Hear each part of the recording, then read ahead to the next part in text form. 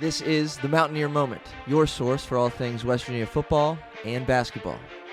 From pregame to postgame coverage and breaking news, we've got you covered. Let's go. Welcome into the Mountaineer Moment. My name is Troy. This is the first installment of the Mountaineer Moment here on YouTube, Spotify, Apple Podcasts, wherever you're listening or watching.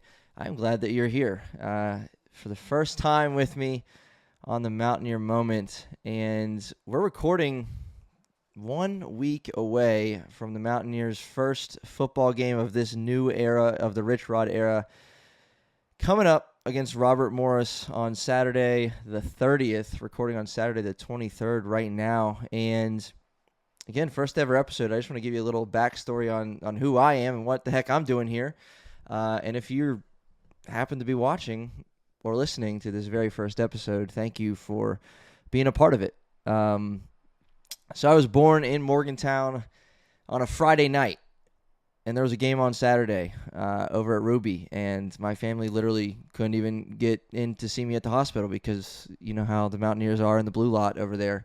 And but that's my story, and I've been a Mountaineer fan since I could walk, and followed Mountaineer football and basketball programs through every high and every low over the last 20 plus years, and still going strong. And I have a little bit of a experience in covering the Mountaineers on HailWV.com, writing over there as a contributor with Fansided with Hail WV, and so you can check out my articles over there. Maybe you're listening or watching today because you've read a couple articles that I've been able to write covering the Mountaineer football and basketball programs over the last couple years, and thankful to be able to kick that up once again this year with the 2025 season underway here shortly, as I just mentioned.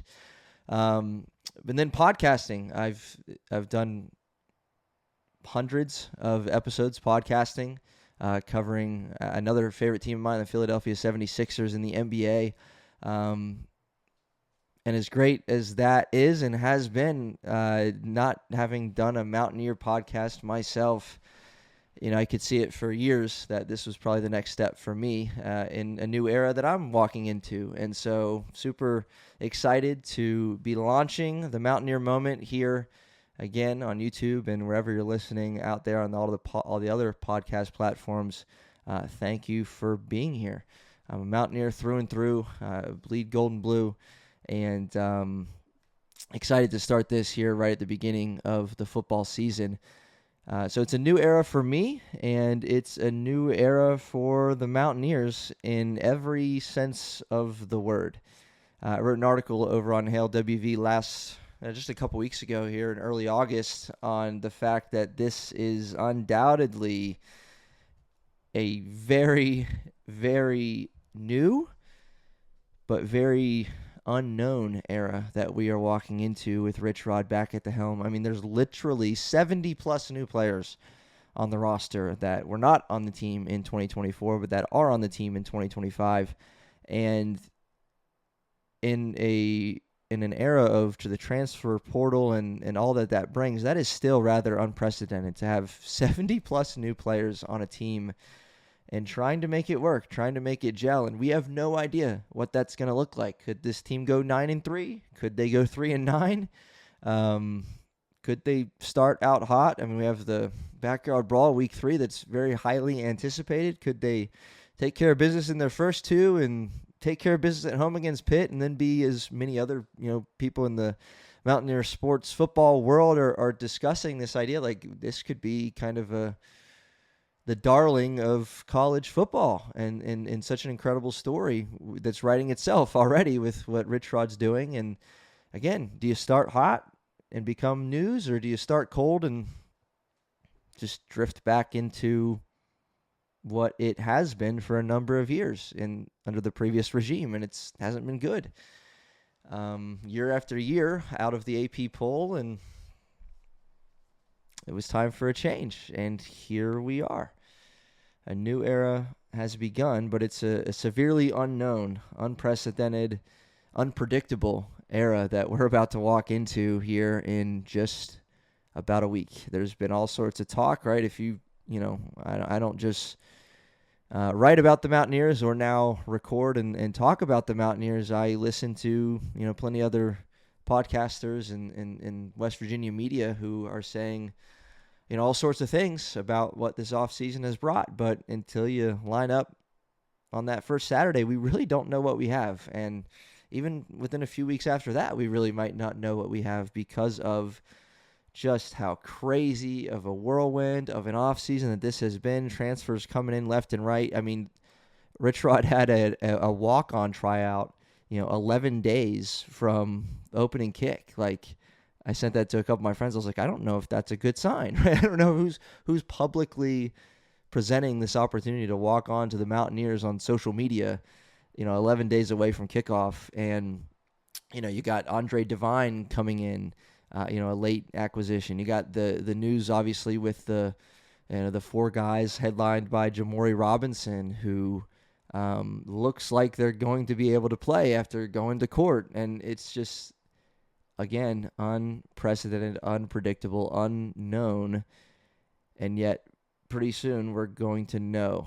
It's unknown because we haven't played yet, but pretty soon the Mountaineers are going to be playing football. We're just 1 week away from that. And on today's short intro episode, I did want to just highlight Rich Rodriguez and the fact that not only is he back, but he does things a little differently, in case you don't know.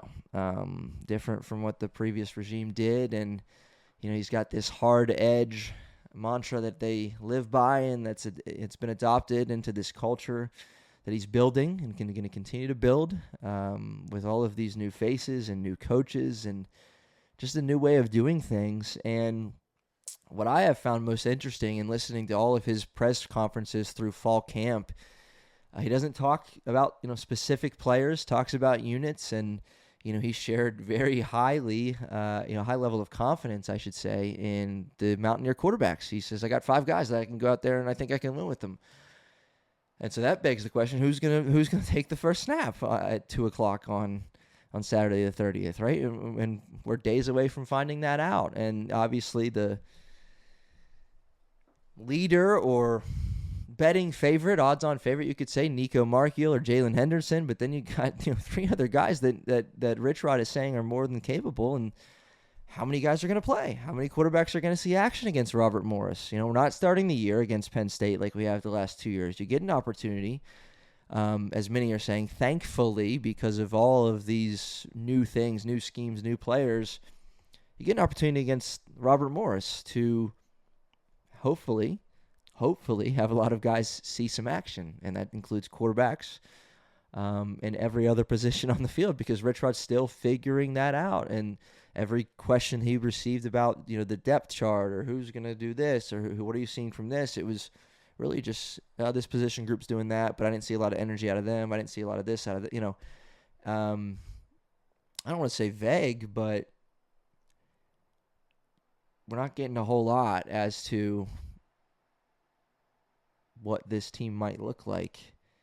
And the only way that we're going to figure out what this team will look like will be when the ball kicks off.